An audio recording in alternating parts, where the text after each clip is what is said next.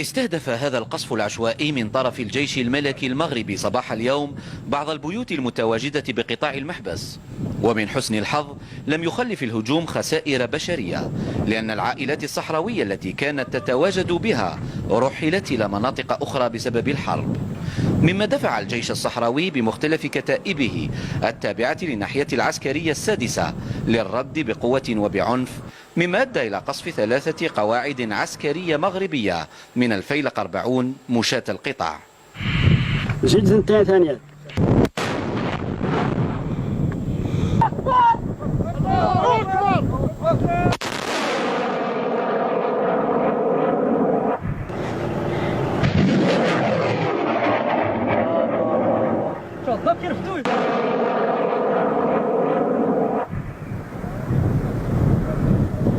بالنسبة له النقطة اللي هاجمنا أمس أنتم بحضرتكم كنتم متواجدين معنا هي جبهة الفيلق 40، وكانت القاعدة 22 والصنيت 211، بالإضافة إلى امتست ثم كذلك القاعدة 23.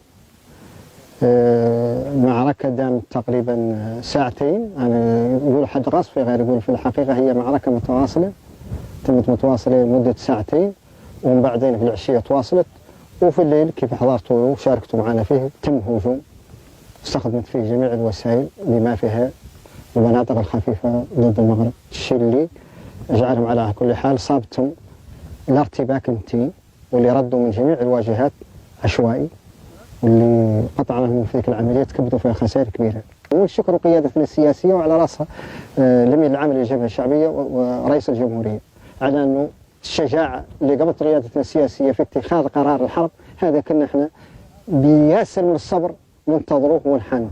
ونحن اليوم كالشباب ما ناقله من ذو الشهداء ولا ناقله من ذي الإطارات اللي سبقتنا، نحن عاطين أرواحنا ومستعدين لذا. وحرب التحرير حرب أجيال، ما هو عن جيل عن جيل، حرب تحرير تضمنها الجماهير، هذا شعار عندنا احنا، غير نحن نجسدوها اليوم ونجسدوها تطوعنا ونجسدوها مع أرواحنا وكل الوطن والشهادة.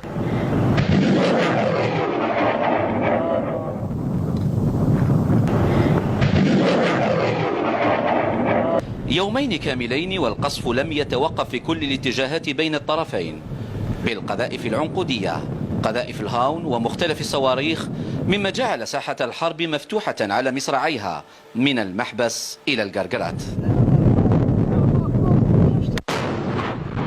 التاريخ 13 نوفمبر إلى يومنا هذا المعارك متواصلة، قصاف هجمات على طول الجبهة المعادية.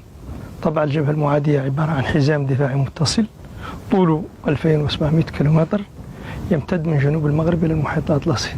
على طول هذه الجبهة الهجمات والأقصاف متواصلة ليل النهار منذ 13 نوفمبر. هذه الوضعية اللي نعيشها دريك.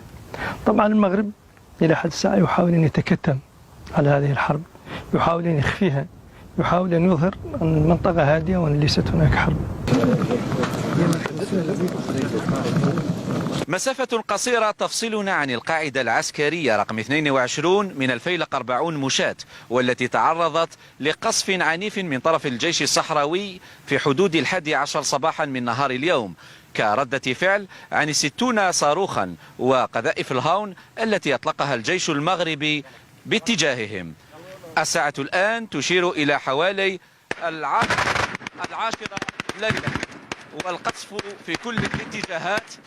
يحدث هذا في الوقت الذي يحاول الإعلام المغربي أن يتكتم عن هذه الحرب المرفوضة التي ما كانت ستنطلق لو لم تخرق الرباط الاتفاق العسكري رقم 1 واتفاق وقف إطلاق النار. فوزي التالي، التلفزيون الجزائري، قطاع المحبس من الجهة المقابلة للقاعدة العسكرية المغربية رقم 22 من الفيلق 40.